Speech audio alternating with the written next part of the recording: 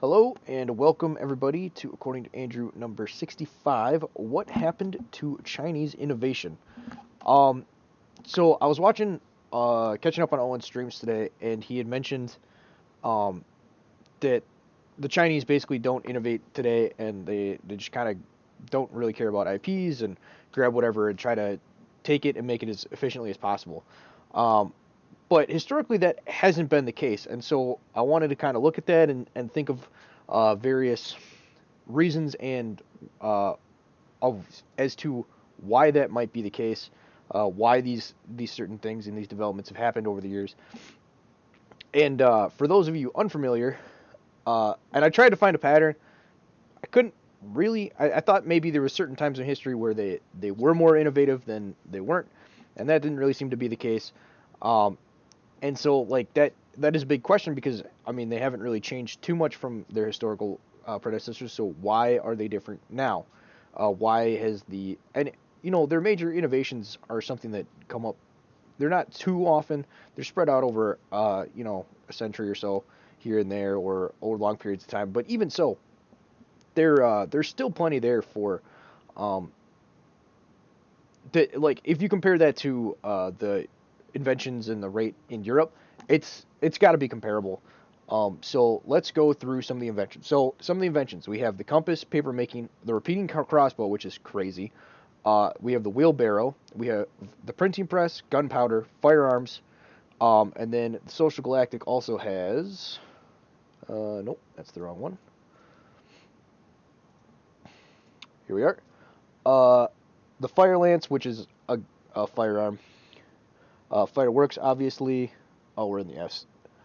Um, where are we here? They have paper money is one of their inventions.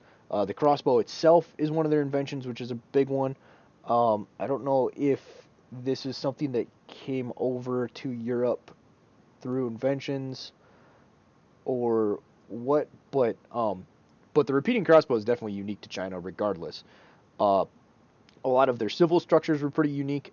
The Confucianism and all that stuff, chopsticks, obviously that's a unique thing. They had plenty of advances in metallurgy and stuff like that, or they wouldn't have been able to have the advanced cannons that they had.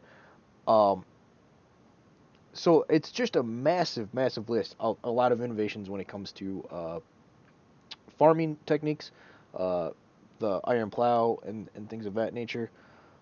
So there's a lot there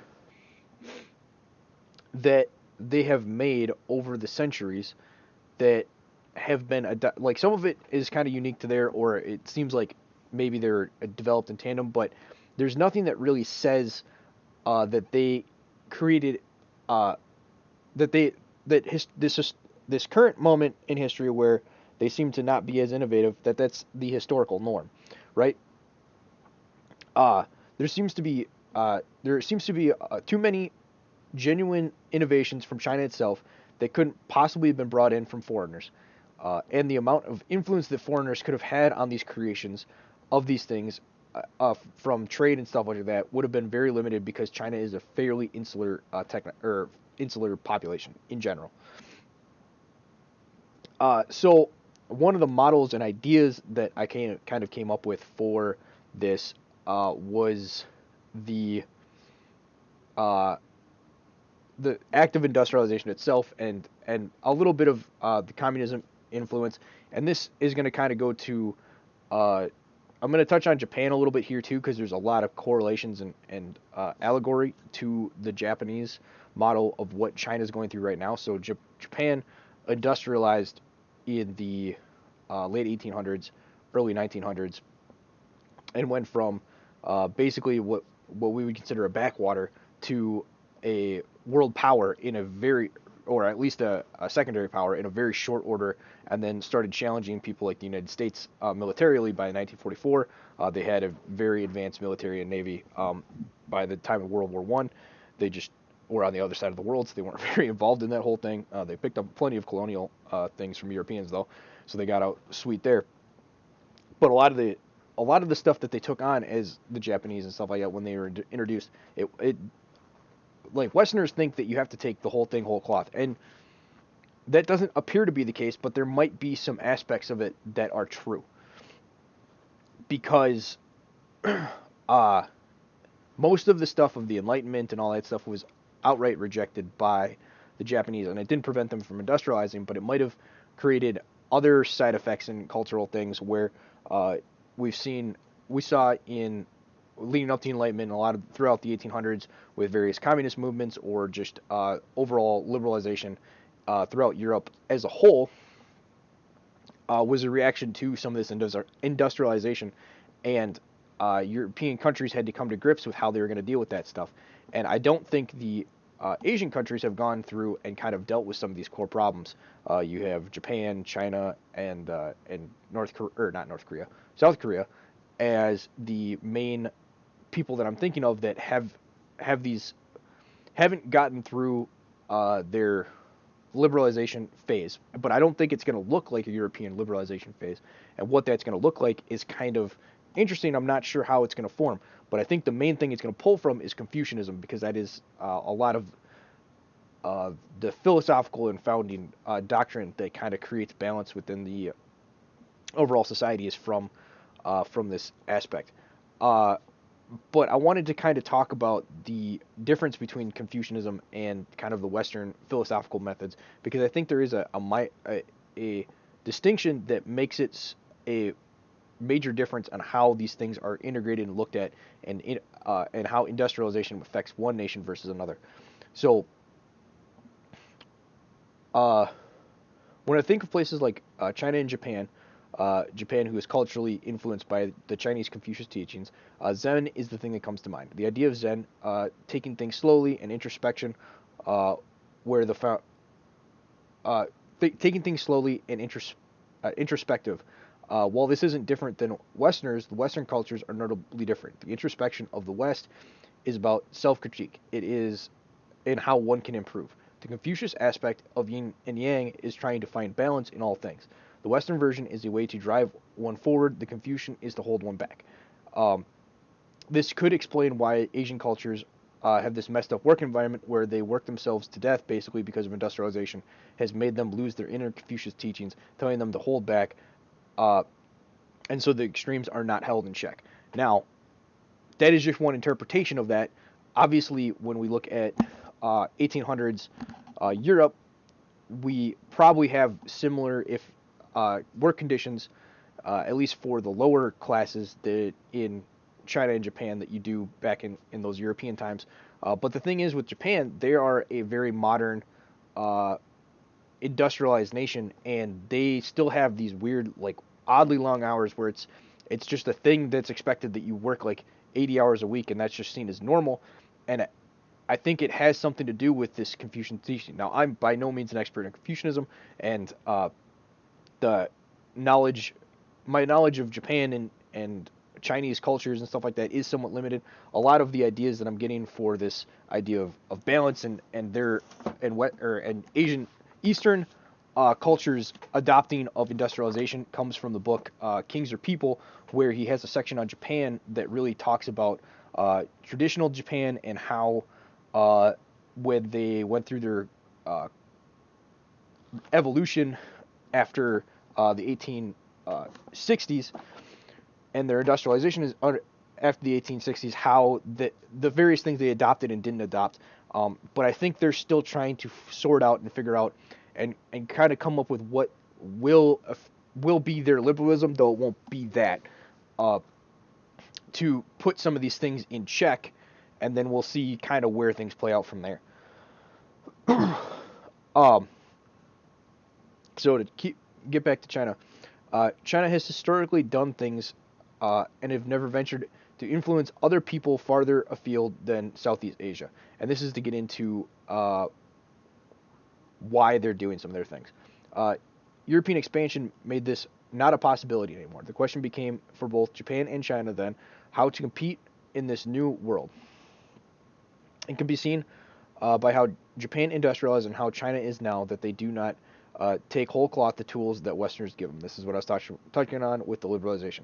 And this is kind of where if China takes over as a hegemonic power, where you're going to see a difference in how the Chinese deal with things versus how the Americans deal with things. The Americans thought they could nation build, they could come in, they could tell the Iraqis that freedom is the way to do things and democracy is the way, and that you should institute all of our institutions here, and that they would just be able to pick that up whole cloth. The Chinese do not believe that one bit.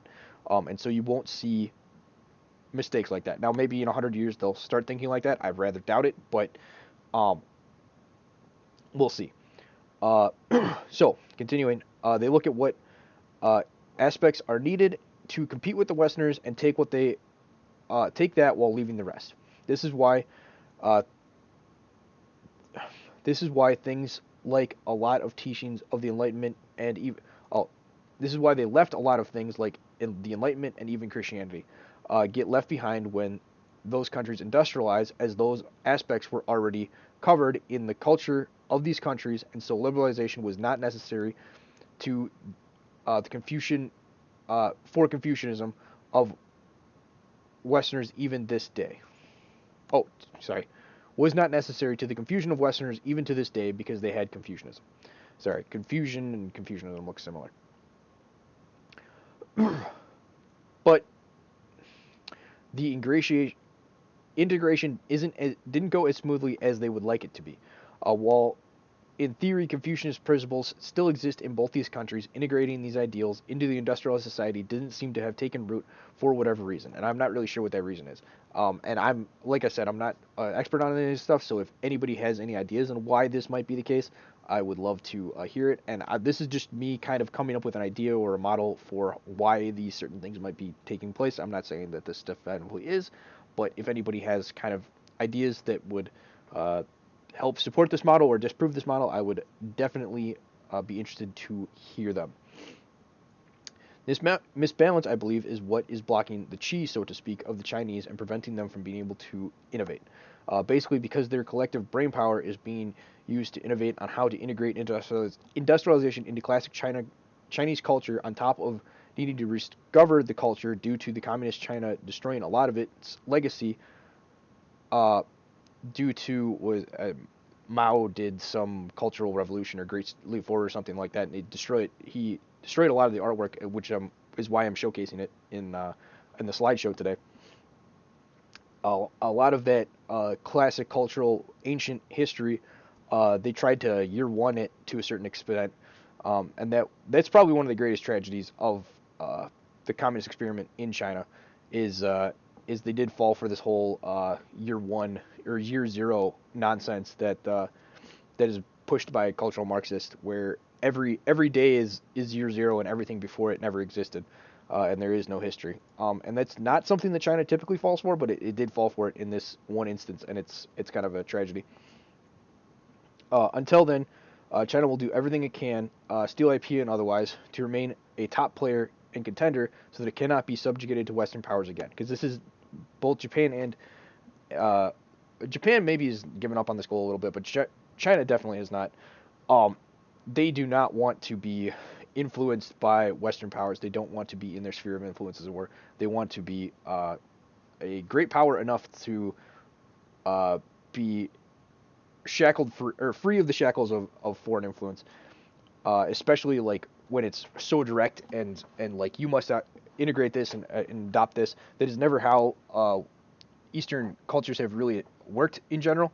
Yes, China had cultural influence over Southeast Asia, Japan, China, or Korea, all those places, but that was they learned about Confucianism or the various teachings, and they found a way to integrate those into their society, and it was something that was adopted over time, and something that they chose to go with instead of in these other situations, which is probably why they're having such a hard time with this transition. Is it was kind of forced upon them, like you is kind of industrialize or die, to a certain extent, and they wanted to remain a people historically, and so they're trying to find a way to get this. And to be honest, this Zen Confucianist thing might be one of the problems that is holding back the China or not the Chinese, the Japanese birth rate. The Japanese birth rate is in the toilet. It's at 1 right now, and they need to kind of figure out a way to get out of it. And this trying to figure out this Zen and making families more important is something that's going to be interesting to see. And maybe China, Japan will start having more babies soon, and that would be really exciting to see. Very interesting development if they were able to turn that around. But as things stand right now, who knows? But Hungary is doing a good job of figuring that out. Uh, so I think we'll see a return to an inventive China, but it must get through this transition period first. So I think we will have inventive China, and it's like these places have clearly been inventive over the. China's a little bit more limited, but they're a little bit more farther behind in the industrialization. They haven't gotten to the high level technology aspect where China or Japan and Korea kind of are right now, right? Where Korea you have Samsung, and Japan you have or is Samsung Japanese? I'm pretty sure Samsung's Korean. But yeah, you have like LCD screens and stuff like that that they're developing in Japan and Korea that they're doing very advanced electronics in both those countries, and they're doing a good job of it. Um, so that's kind of some of the ideas I have on that. I guess in regards to how the Japanese could turn around their birth rate. I just learned about this. So apparently, back in the 1930s, the German state banking system, uh, when you got married, gave out a loan that was equal to 5 months of your total pay for the man,